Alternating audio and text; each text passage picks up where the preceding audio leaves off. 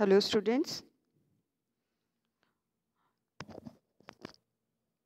today we will study the subject pharmaceutical chemistry and the topic for today is adrenergic drugs. आज हम adrenergic drugs के बारे में पढ़ेंगे, उसकी definition और दो individual drugs के बारे में पढ़ेंगे, isoprenaline and ephedrine. पहले we will see the definition of adrenergic drugs and then we will study about the two individual drugs, isoprenaline और ephedrine. isoprenaline की हम केमिकल स्ट्रक्चर देखेंगे, IUPAC नेम देखेंगे, physical properties, chemical properties, stability and storage, uses, sympatho uses also we will see the uses also, official brand names. तो ये सारी चीज़ें हम आइसोप्रेनिलीन ड्रग में देखेंगे और एफेड्रीन में भी same way we will study the same way ephedrine also. तो हम इसी तरह एफेड्रीन को भी पढ़ेंगे. तो हम let's start with the definition of adrenergic drugs. हम स्टार्ट करते हैं डेफिनीशन से. एड्रेनर्जिक ड्रग्स वो क्या होती हैं? Adrenergic drugs are the drugs that bind to adrenergic receptors in the sympathetic nervous system and facilitate or mimic the actions of major neurotransmitters, that is epinephrine and norepinephrine of the sympathetic nervous system. वह drugs जो adrenergic receptor से के साथ जुड़ती हैं, combine होती हैं, bind होती हैं. ये एड्रीनर्जिक रिसेप्टर्स कहाँ होते हैं? They are receptors of the sympathetic nervous system. वो सिंपैथेटिक नर्वस सिस्टम में होते हैं. और ये ड्रग्स क्या करते हैं? जो न्यूरोट्रांसमीटर्स हैं एपिनेफ्रिन और non epinephrine, sympathetic nervous system के न्यूरोट्रांसमीटर्स हैं, ये इनकी एक्टिविटी को या एक्शन को बढ़ाते हैं या उनके जैसी एक्टिविटी या एक्शन उत्पन्न करते हैं. These drugs are also called as sympathomimetic drugs. In drugs को sympathomimetic ड्रग्स भी कहते हैं क्योंकि ये सिंपैथेटिक नर्वस सिस्टम की एक्टिविटी को बढ़ाते हैं या सिंपैथेटिक नर्वस सिस्टम जैसा कार्य करते हैं, इसलिए इन्हें सिंपैथोमाइमेटिक ड्रग्स भी कहते हैं. First is isoprenaline. पहले हम आइसोप्रेनालिन देखेंगे. ये एक इंडिविजुअल ड्रग है of the topic adrenergic drug. तो isoprenaline it is a isopropyl homologue of adrenaline. ये एड्रेनालिन का आइसोप्रोपाइल होमोलॉग है. It is official as the hydrochloride and the sulphate. ये हाइड्रोक्लोराइड और सल्फेट के रूप में ऑफिशियल है. It is sympathomimetic beta adrenergic agonist. ये बीटा एड्रेनर्जिक एगोनिस्ट ड्रग है, यानी ये बीटा रिसेप्टर्स के साथ जुड़ करके बाइंड होकर के कंबाइन होकर के अपना प्रभाव उत्पन्न करता है. Drug acting upon heart, bronchi, skeletal muscle and GIT, gastro intestinal tract. तो ये कहाँ कहाँ पे कार्य करता है, किन किन ऑर्गन्स पे काम करता है? हार्ट पे, ब्रोंकाई पे, स्केलेटल मसल्स पे और गैस्ट्रो इंटेस्टाइनल ट्रैक्ट पे. अब आते हैं chemical structure. This is the chemical structure of isoprenaline. ये भी एक कैटेकोलामाइन ड्रग है, यानी इसमें भी कैटेकोल न्यूक्लियस प्रेजेंट है और एमीन ग्रुप भी है, इसीलिए इसका नाम है catecholamine.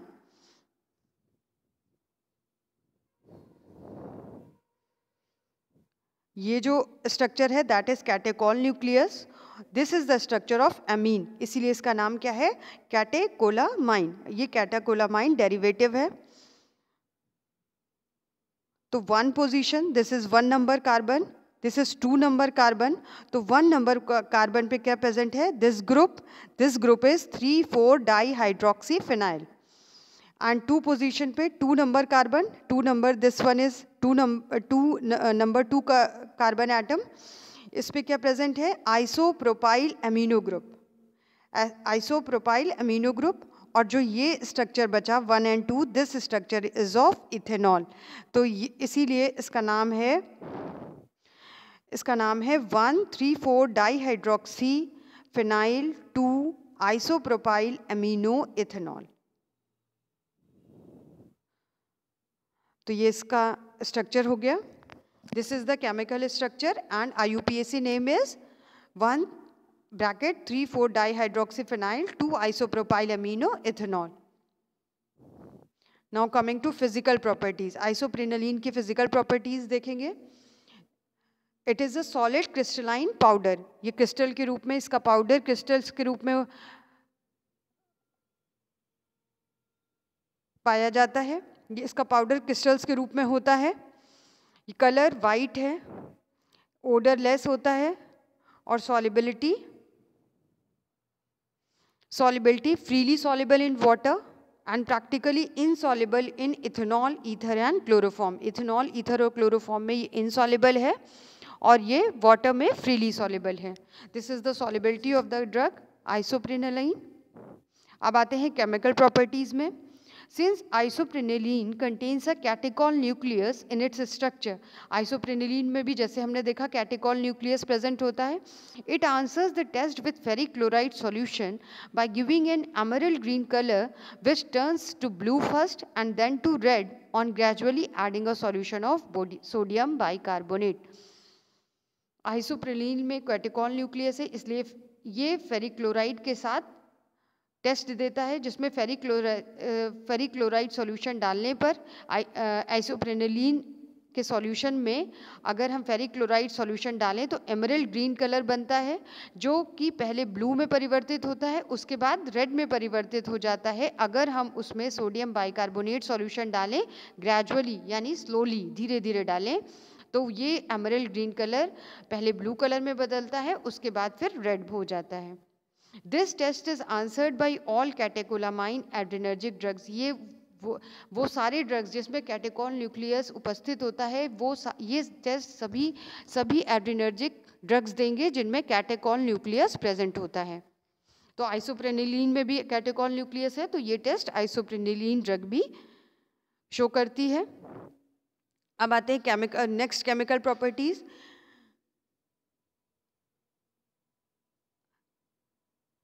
When to an aqueous solution of isoprenaline, silver nitrate solution is added, a grayish precipitate is produced on standing for 10 minutes and the supernatant liquid becomes pink।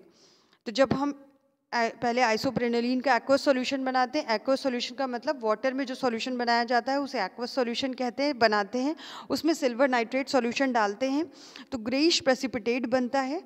अगर 10 minute के लिए उसे रखें तो ग्रेइश प्रेसिपिटेट बनता है और जो सुपरानेटेंट लिक्विड होता है, जो ऊपर प्रेसिपिटेट के अलावा जो बचा हुआ लिक्विड है, वो पिंक कलर का हो जाता है। प्रेसिपिटेट ग्रे कलर का होता है और जो लिक्विड बचता है, प्रेसिपिटेट नीचे सेटल डाउन हो जाता है, नीचे बैठ जाता है और जो ऊपर का सुपरनेटेंट लिक्विड होता है वो पिंक कलर का होता है।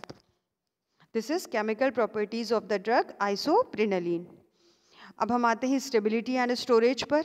आइसोप्रेनिलीन ड्रग की स्टेबिलिटी एंड स्टोरेज। तो it slowly darkens on exposure to air and light. ये लाइट से प्रभावित होते हैं और इन्हें एयर और लाइट के संपर्क में आने से ये डार्क हो जाते हैं, इनका रंग डार्क हो जाता है, इनका कलर डार्क हो जाता है।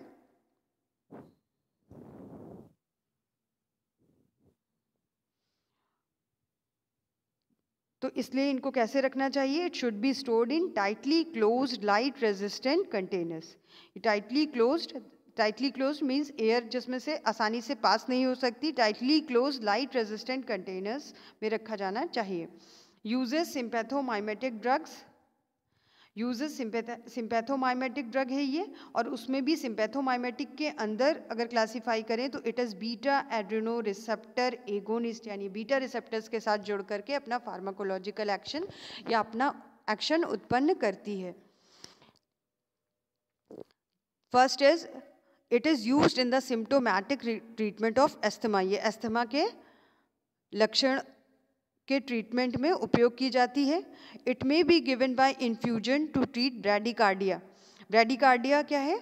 Slow heart rate less than 60 beats per minute. अगर हमारा जो हार्ट बीट है वो 60 बीट्स पर मिनट से भी कम हो जाता है, तब हम उस कंडीशन को ब्रैडिकार्डिया कहते हैं। इसमें हार्ट बीट बहुत ही स्लो हो जाती है, यानी हार्ट बीट करना बहुत स्लो हो जाता है। And as a stimulant of heart attack, तो ब्रैडिकार्डिया में हार्ट बीट को बढ़ाने के लिए ये ड्रग उपयोग की जाती है, और हार्ट अटैक में एज अ स्टिमुलेंट, अगर हार्ट अटैक है तो हार्ट का फंक्शन, हार्ट ब्लॉक हो रहा है, हार्ट अटैक आया है, तो उस केस में ये एज अ स्टिमुलेंट, हार्ट की एक्टिविटी को बढ़ाने के लिए ये स्टिमुलेंट एज अ स्टिमुलेंट देते हैं, ताकि हार्ट की एक्टिविटी वापस से रिस्टोर हो जाए, वापस हार्ट नॉर्मल काम करने लगे। अब आते हैं official isoprenaline hydrochloride. It is official in IP। Iso hydrochloride injection, it is also official in IP। Isoprenaline injection IP, isoprenaline sulphate IP BP, isoprenaline sulphate tablets IP। Pharmaceutical formulations में injections, inhalant and tablets. ये जो आइसोप्रेनलीन drug है ये inhaler द्वारा ली जाती है या nebuliser द्वारा भी ली जाती है। Brand name is Neoepinine, Isoprin, Isoprin is a injection, Autohaler ये इनहेलर के रूप में उपलब्ध है, आइसोप्रोटेनॉल, नोवाड्रिन एट्सेट्रा। तो ये इसके ब्रांड नेम्स हैं। अब हमारी नेक्स्ट ड्रग है एफेड्रिन। अब हम एफेड्रिन के बारे में पढ़ेंगे। ये एक नेचुरल ड्रग है, एक एल्कोलॉइड है। ये नेचुरल एल्कोलॉइड है जो कि हमें स्टेम से प्राप्त होती है एफिड्रा प्लांट के, जिस एफिड्रा प्लांट का जिनका नाम है Ephedra vulgaris, Ephedra sinica and Ephedra equisetina. तो 3 एफिड्रा के प्लांट्स हो गए, Ephedra vulgaris, Ephedra sinica and Ephedra equisetina. It is hydroxylated form of phenethylamine and a sympathomimetic amine। ये एक हाइड्रोक्सिलेटेड फॉर्म है फेनइथाइलामीन का।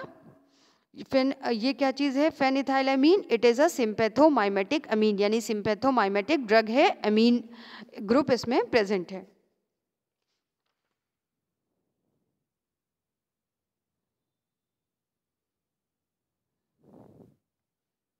यानी इसमें हाइड्रोक्सी ग्रुप लगा हुआ है। अगर फेनइथिलेमाइन में फेनाइल ग्रुप लगा दें तो इट इज हाइड्रोक्सिलेटेड फॉर्म।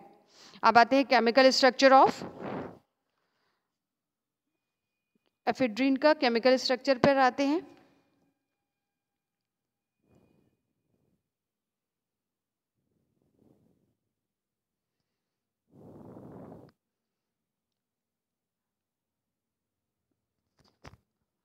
इसमें 3 कार्बन एटम्स की चेन है और एक OH ग्रुप लगा है, इसलिए हम इसको प्रोपेनोलॉल कहेंगे। 1, दिस इज 2, ये वाला बीच वाला 2 है एंड लास्ट 1 इज 3।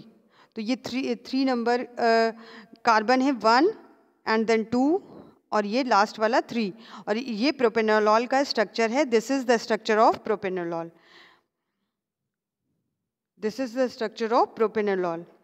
ये ग्रुप है, this group is methyl amino, this group is methyl amino. इसका नाम क्या है? Methyl. This group is methyl amino. ये ग्रुप है मिथाइल एमिनो। तो इसीलिए ये किस पोजीशन पे है? 2 नंबर के कार्बन पे पोजीशन पे है। ये 2 नंबर का कार्बन है। This is 2 number carbon, this carbon is of 2 number.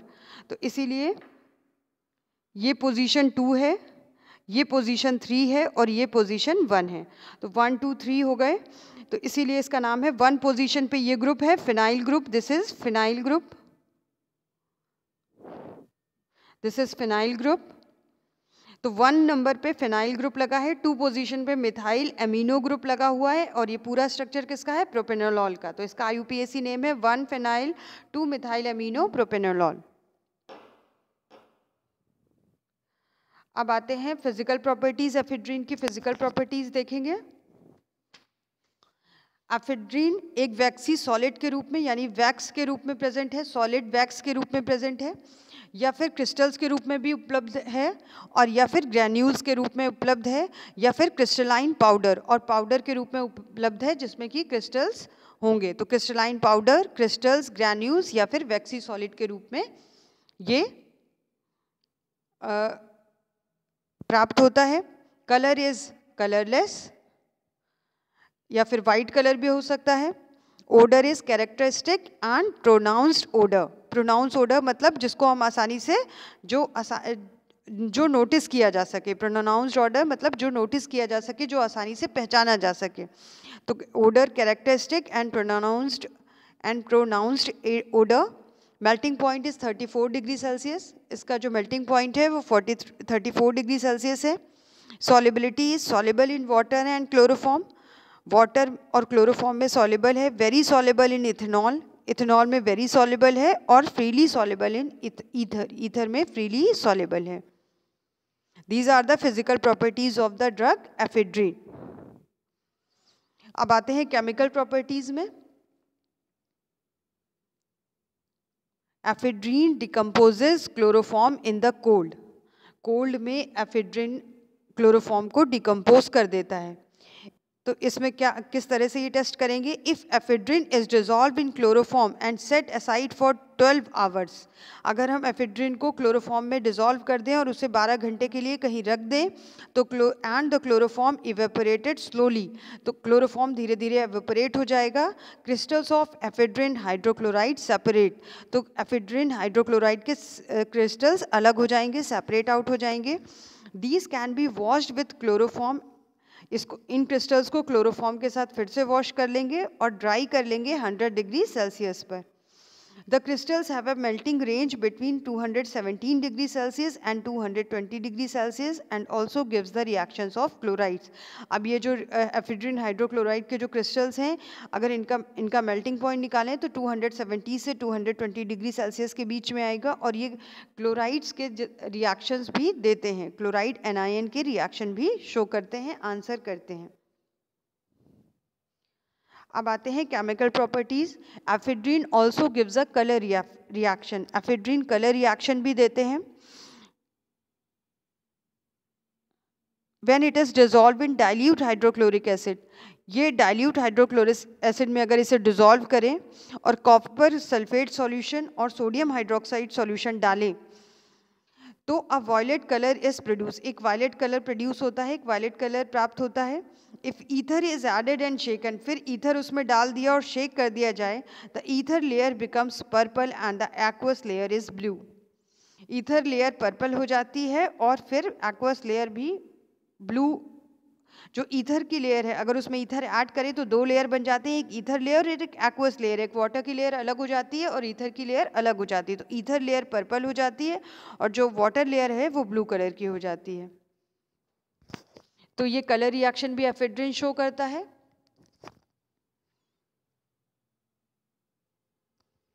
अब मूव करते हैं एफेड्रिन की स्टेबिलिटी एंड स्टोरेज के ऊपर। It slowly decomposes on exposure to light and darkness. ये डिकम्पोज हो जाता है अगर लाइट में, अगर इसको लाइट में रखें या लाइट से एक्सपोज करें तो ये डिकम्पोज कर जाता है और इसका कलर डार्क हो जाता है। It should be stored in well close light resistant containers, इसे well close light resistant containers में रखा जाना चाहिए। यूजेस ऑफ एफेड्रिन, सिम्पैथोमाइमेटिक, ये एक सिम्पैथोमाइमेटिक है और ब्रोंकोडायलेटर है, यानी ब्रोंकियोल्स के डायलेटेशन के लिए उपयोग किया जाता है। It is used in the treatment of sinusitis, asthma, hay fever etcetera. ये एलर्जिक कंडीशंस के लिए भी यूज़ किया जाता है, जैसे कि hay fever, it is an allergic condition जिसमें रनिंग नोज़ होती है, उसको हे फीवर कहते हैं। इसमें साइनोसाइटिस यानी साइनस का इन्फ्लेमेशन हो जाता है, नोज़ में जो साइनसेस होते हैं उनका इन्फ्लेमेशन हो जाता है तो उसे साइनोसाइटिस कहते हैं। तो उस कंडीशन में इसका उपयोग किया जाता है। अस्थमा की कंडीशन जिसमें रेस्पिरेशन में प्रॉब्लम होती है, उस कंडीशन में इसको यूज़ कर सकते हैं। और हे फीवर में कैसे? क्योंकि ये ब्रोंकोडायलेटर का काम करता है, तो ये ब्रोंकाई और ब्रोंक्यूल्स को रिलैक्स करेगा, डायलेट करेगा, जिसकी वजह से एयर का जो पासेज है वो सहज हो जाएगा, आसान हो जाएगा। It is also use to treat postural hypotension, ये पोस्चर की वजह से जो हाइपोटेंशन हो जाता है, ब्लड प्रेशर डिक्रीज हो जाता है, उसको भी ओवरकम करने के लिए एफेड्रिन का उपयोग किया जाता है। अब ephedrine official, ephedrine is official in IPBP, anhydrous ephedrine BP, ephedrine hydrochloride IPBP, ephedrine hydrochloride oral solution IP, ephedrine elixir it is only official in BP, ephedrine nasal drop BP, ephedrine hydrochloride tablets IPBP both. This is the official of ephedrine. Next is pharmaceutical formulations. अब pharmaceutical formulations देखते हैं। solution, elixir, nasal drops, tablet. Solution, elixir, nasal drops or tablets. Brand name is atropine, allergen, brand name is allergen, Bronolax, Cafona E, Codoric, Andrin. Andrin is nasal drop, and Ephedrina. These are the brand names of ephedrine. Thank you, students. I hope you must have understood the topic. आपको ये topic समझ में आया होगा. Go through the video, take it down in your notebook and learn it. Thank you, students.